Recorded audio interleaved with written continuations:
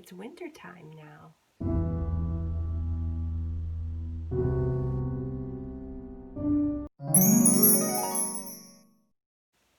Hi, fellow plant people. Welcome back if you're returning. If you're new, my name is Jen. I go by The Leafy Geek here, also on Instagram. And it's definitely winter. There is snow on the ground that hasn't melted, and we are moving into November, which means here in Minnesota, it's winter, essentially. So what I have decided is that my plant purchasing is going to take a break. I am going to kind of step back and just focus a lot on plant care this winter. I'm not putting myself on a plant ban. I don't necessarily believe in those, nor do I think that they are effective for me. So I really want to kind of step back. I still have upwards of 300 plants at this point, and I really just want to step back and focus on them, decorate my home, make sure that, conditions are still set up for, optimal growth for some of these, because I did get some success with that last winter. Some plants that really didn't go dormant, they maintained, and I think a lot of it has to do with the supplementals that I put into place, so humidity, lighting, etc. That said, I have a few new plants that I would like to share with you. I think so. I do have a couple of plants, plant orders pending, just some last minute awesomeness that I found, and I have the first of two, which are going to kind of be my final plant purchases that I'm anticipating for the season. So I have them sitting right in front of me, and again, I have no regrets about any of these. So I think we'll just get into this. I'd like to share with you what my penultimate plant purchase was, and we'll just kind of go from there. So they're all from different vendors. They weren't all purchased together, but over the course of October is when I decided that yes, I wanted these. So we'll just kind of start. I think I might start with the ones that I picked up at my local garden center and greenhouse. That would be Tonkadale. Highly recommend if you are in the Twin Cities metro area, you find them, you visit them. They're in Minnetonka. They're open with COVID-19, guidelines and health and safety guidelines. So check out their website. I'll put it in the description below.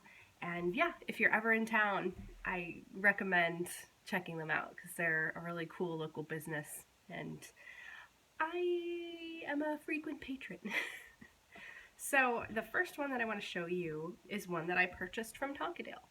And this, you might be surprised at me voluntarily picking up a succulent, but come on. This is aloe. It's a variegated aloe, so aloe variegata, I believe, is the name. It's also referred to on the tag here as aloe pheasant breast. I think it's also, can't remember what the other bird is that it's sometimes called, but here in Minnesota we have a lot of pheasant, so that's, I think, why it was named that.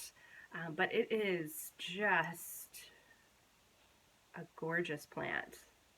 And I don't have anything against aloe necessarily. I don't gravitate towards succulents like Echeveria, the little rosette. They're not my thing. They tend to stretch on me quite a bit. But this one, I've done okay with aloe. I have at least a couple of different varieties of aloe in my collection, and I saw this one. I couldn't pass this up. It was really pretty and just fleshy, and the patterning on it is so cool. It does look like a pheasant, honestly, the coloration or the patterning, maybe less the coloration. But it already looks like it's putting out a new little leaf out of the center, which is cool.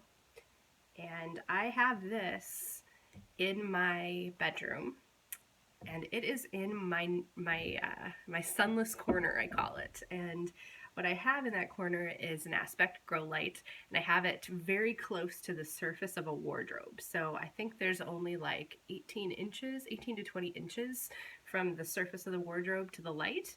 And I'm trying my cacti and succulents there this winter, because last winter I tried to keep them in a west-facing window, and they did all right, but they stretched. And I would like to see if this light would have any impact on that. I don't know if it's going to, but I'm gonna keep an eye on them and see how they do in that corner, because the light's on 12 hours a day, and it's a pretty direct source of light. So cautiously optimistic at this point. I did just remember that I got one more plant at Tonkadale on the same day as when I got the aloe. I've always wanted one of these. This is a Norfolk Island pine, and I don't know what stopped me. Maybe just couldn't find them. Maybe just didn't know how to care for them. I still really don't. I've done the research, and I know that this is not a Minnesota type of pine. It is a tropical pine. So high humidity, higher light, keeping the soil relatively moist is what the plan is for this guy. But yeah, I'm excited to have the house plant owner's Christmas tree in my collection, but it's not going to necessarily, you know, it's not going to leave my home after Christmas. This is cool. I want to see how big I can get this. I would love for it to be happy in my home, so we're going to give it a try. But I was just ready to purchase one, I think. So, Norfolk Island pine. Next order, or vendor, next order that I'm going to show you is the order that I got from Logis. And you know, Logis is okay. They're not my go-to, but you can find some really interesting plants on their site. And, a lot of times on these online plant seller sites, I kind of have the Hoya pages bookmarked. Sometimes I'll check out, like, the peperomia, but really, if you kind of venture off your beaten path, you can find some really cool stuff. So with Logis, I found this one. This is the Ischananthus,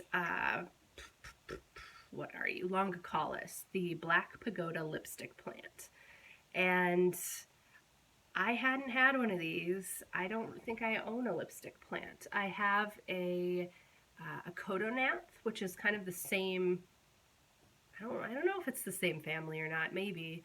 I know that their care needs are very similar, the lipstick plants and the codonanths. So I decided since there was a black pagoda, I think that was the one I was gravitating toward the most when I was kind of doing my research on these plants. So it got to me. It's an okay shape, kind of still trying to bounce back. There are quite a few broken leaves on it, as you can see. This one just fell off. It's all right. It's doing okay. So I'm gonna see what I need to do to kind of get it into better shape. But I love the leaves. They still, even on this plant, you can still see kind of the patterning on the back that kind of shows through on the front, which is pretty neat. It has that like purple-black patterning with the bright green veination on there. So I'm excited to have this one. Just hoping that purchasing it this late in the year didn't do too much to it and cause it too much undue stress, but we'll see if I can get it to rebound. And then the other plant that I got from Logis in that same order is this little guy. I've always wanted one of these as well, but just really never pulled the trigger on it. I don't know if I just, I think I've seen these on Etsy quite a bit. I just never went for it. And this is, of course, the Selecio stapliformis, or the pickle plant. I know that there are a few different types of plants that are referred to as the pickle plant, but this is the Selecio version of that plant. So it has these very tiny kind of striations on it, on the stem, and each of these kind of forms these little leaf points that kind of go up the main stem of the plant. And then it seems to be on kind of a, like a, what's the word? I can't find my words this morning. Like a rhizome almost. So when I repotted this one, all of these are connected under the soil. So that's kind of neat. They kind of pop up that way. So this is the pickle plant Selecio. Okay, next plant I'm going to show you is my Sisis rotundifolia.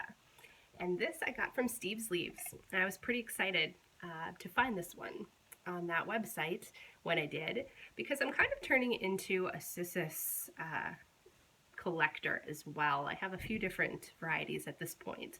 I have the quadrangularis, or the veld grape, and then I also have the rombifolia, so the oak leaf ivy version of grape ivy. So this one's pretty cool because the leaves are really succulent, and they are kind of waxy, and the stems are equally succulent. So, and they have these interesting kind of serrated edges to the leaves. This is also known as the Peruvian grape ivy or the Arabian wax ivy. I've seen it listed as well. So yeah, I'm kind of turning into a big fan of Sisis because they're just a really diverse little group of plants, and they do this really neat kind of, I don't know if it's transpiration, or if it's just something they do as part of a natural process of the plant, but there are these little pores kind of all over the stems, and sometimes you'll see it on the leaves as well, where they release these little beads of, I don't know if it's nectar or sap or water, if it's some sort of excess transpiration thing that they do. But I do know that it's natural because I had a scare with my quadrangularis, the veld grape, because all of a sudden I was seeing these little beads all over the plant, and I was like, is this infested with something? Like, do I have to throw this away? And did the research a little bit.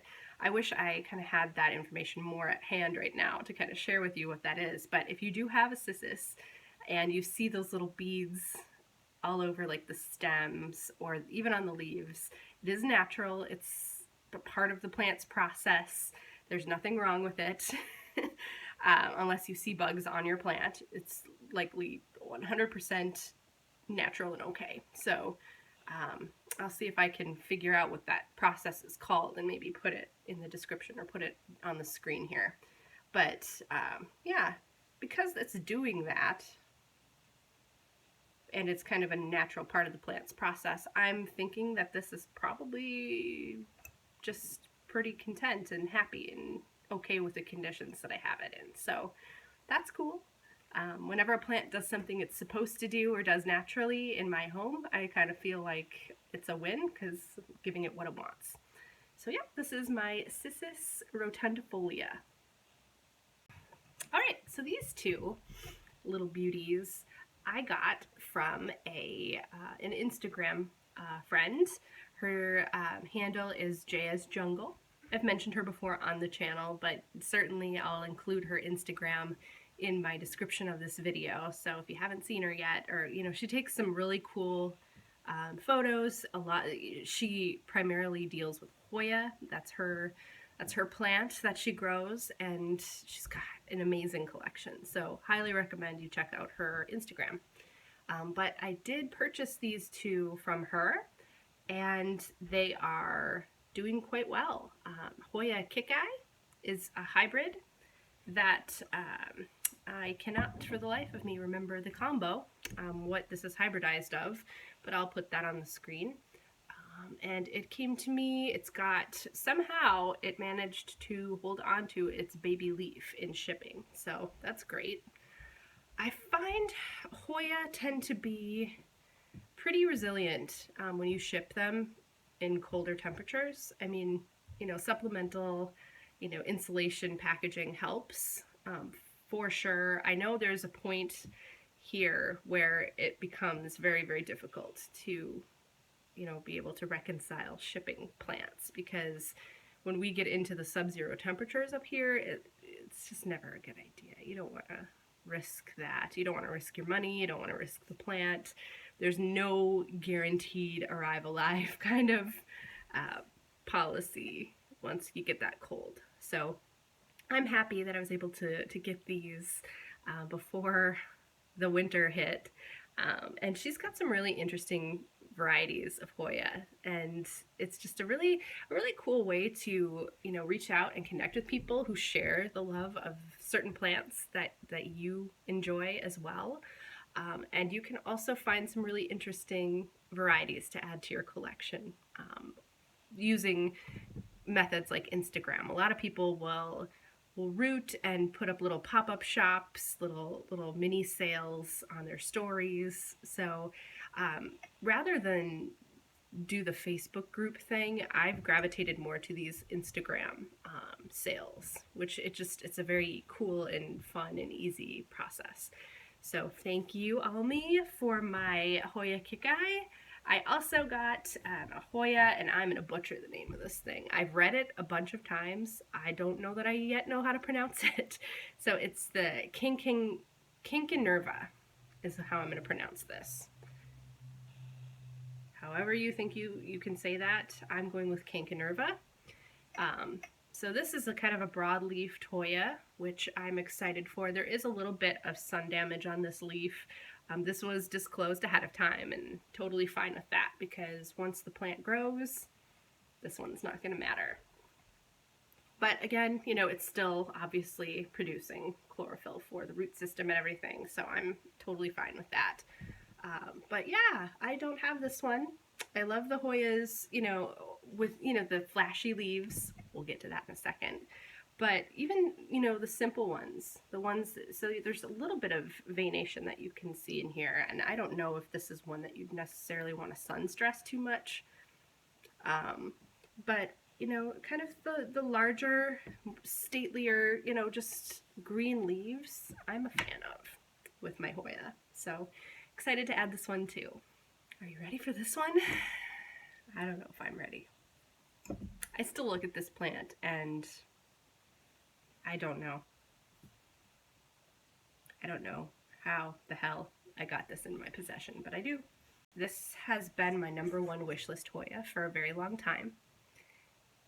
Yeah, a lot of people have it. It's not one of those Hoyas that you don't see in collections, but it is one of those Hoyas that, while it's becoming a little bit more frequently seen, it's still up there in price because the demand for it is still pretty high, and it's just a really unique Hoya. I'm just gonna put that out there. And the one I got, so okay, without further ado, this is Hoya Callisophyla. And some of you who have seen my other Hoya videos, I've probably mentioned this plant in them and how much I wanted it, how much I love the veination on the leaves, the patterning on the leaves, and just I truly have wanted this plant for a very long time. And it's one of those plants that I was willing to put down some cash for. It's basically an early birthday and Christmas gift for myself. And it was not cheap. A plant this size I did get from Unsolicited Plant Talks. They have a purge page on their website now. They do purges on Facebook pretty regularly, but they started offering plants on their actual website where they are purging them because they're just looking to offload for one reason or another. So this nice sized plant I did get for, I think it was I don't even know what it was. I think it was 180.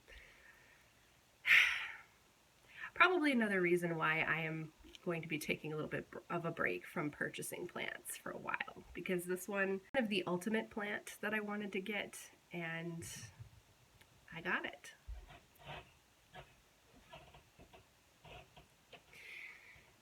And I know some of you might be thinking that's a lot of money to fork over for a plant, even, you know, one with this many leaves on it, this size. I know, you're right. It's a lot of money.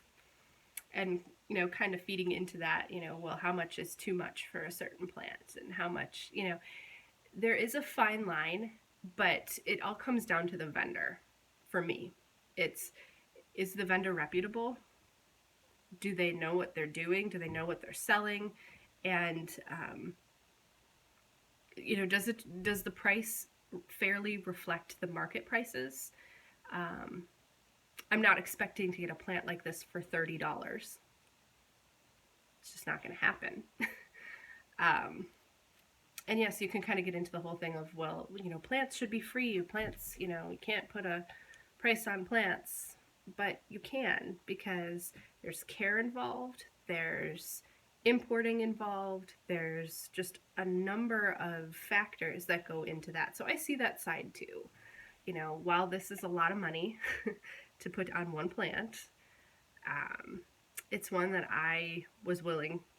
It was just one of those things that came together, and I wanted to do it for myself. I wanted to have this wish list plant in my collection, and it's in a good home. It's going to be nurtured and cared for and appreciated,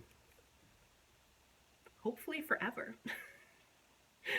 But that was kind of a tangent and a little bit of a rant. I don't think it was too ranty, but you know, you gotta, at the end of the day, do what makes you happy.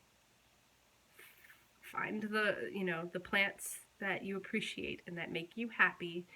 And at the end of the day, if you are putting down some serious cash on these plants, that is your choice.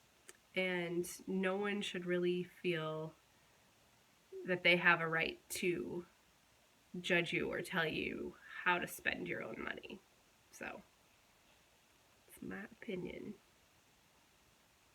Just, you know, be a responsible consumer as well, and, you know, research your sellers, make sure they're sourcing their plants legally and ethically, and with environmental practices in mind. That's really all all the advice I can give there. So that is it for me. I just wanted to say thanks for watching. I will probably have one more plant haul for the season once that arrives, just because I am going to kind of take a purchasing break, I think. Again, it's not a plant ban. You know, I feel like that is an unfair imposition on myself in case I see something that's really cool and I feel like it would be able to get to me safely. I'm not going to say no to it just because it's winter out. But I'm going to definitely kind of take a break and explore some other video ideas with the plants that I have in my collection. So that is on the agenda, but I'll be sure to show you those, you know, those new plants when they arrive. And I will be sure to give you updates on some of these beauties. I hope you guys are doing well. I hope that winter, if it's winter where you are, that you are coping and maybe even enjoying it. But really, until next time, you guys, enjoy your plants, and thanks for watching.